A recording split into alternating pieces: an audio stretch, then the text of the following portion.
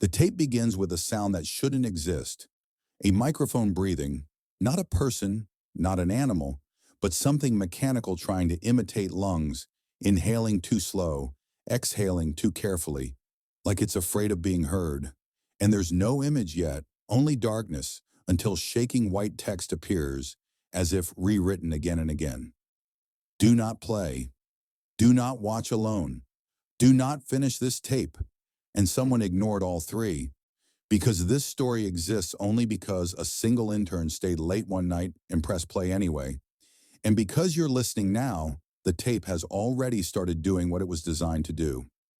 In the archive room of a closed media research facility, there was a shelf that didn't exist on any inventory list, holding a single VHS cassette wrapped in black tape inside an evidence sleeve with "Do Not Play" scratched into the plastic so hard it tore. No date, no signature, no explanation.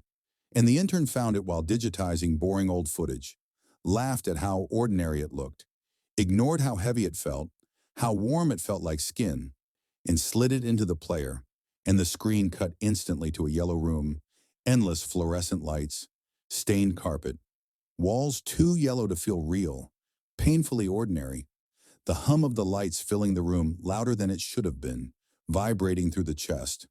Then text appeared. This tape is a test. If you are watching this, you are part of it. And he leaned closer, and the camera began to move in short, dragging bursts along the carpet. Low and tilted, revealing identical hallways with no doors, no windows, no exit, until another question appeared. Do you remember how you got here? And he paused the tape, felt someone standing behind him, but didn't turn around, convinced himself it was fake, pressed play again. The question vanished, the camera stopped. Nothing happened for over a minute, just hum and yellow walls while the lights subtly moved closer, the space tightening, and then bare footsteps entered the audio. Slow and uneven, coming from inside the walls, he whispered hello without realizing it, and the tape answered, hello. The footsteps stopped, the camera tilted up, and for one single frame, something tall and wrong stood at the end of the hallway, head tilted unnaturally. Then the tape cut to black. Breathing filled the room. Not from the speakers, and when he turned, there was no one there. Laughing nervously, he ejected the tape, but it was burning hot now, and words had appeared etched into the plastic. Play until it ends. So he rewound it, and this is where everything changed, because the second time the breathing was louder, and the first image wasn't the back rooms, but his archive room, filmed from low on the floor, and there he was on the screen, sitting and watching, except the timing was wrong, because the version on screen moved first, smiled first, always a fraction of a second ahead. Text appeared. You are late. We have been waiting. The eject button did nothing. The camera dragged toward his feet. The yellow walls peeled through the room like rotting wallpaper. The hum became unbearable, and the words filled the screen. This is where you enter, he screamed. The tape stopped. The room returned to normal, and he ran. Didn't tell anyone. But 2 nights later, security cameras showed him returning calmly after hours, inserting the tape again, leaning closer as if listening to instructions only he could hear.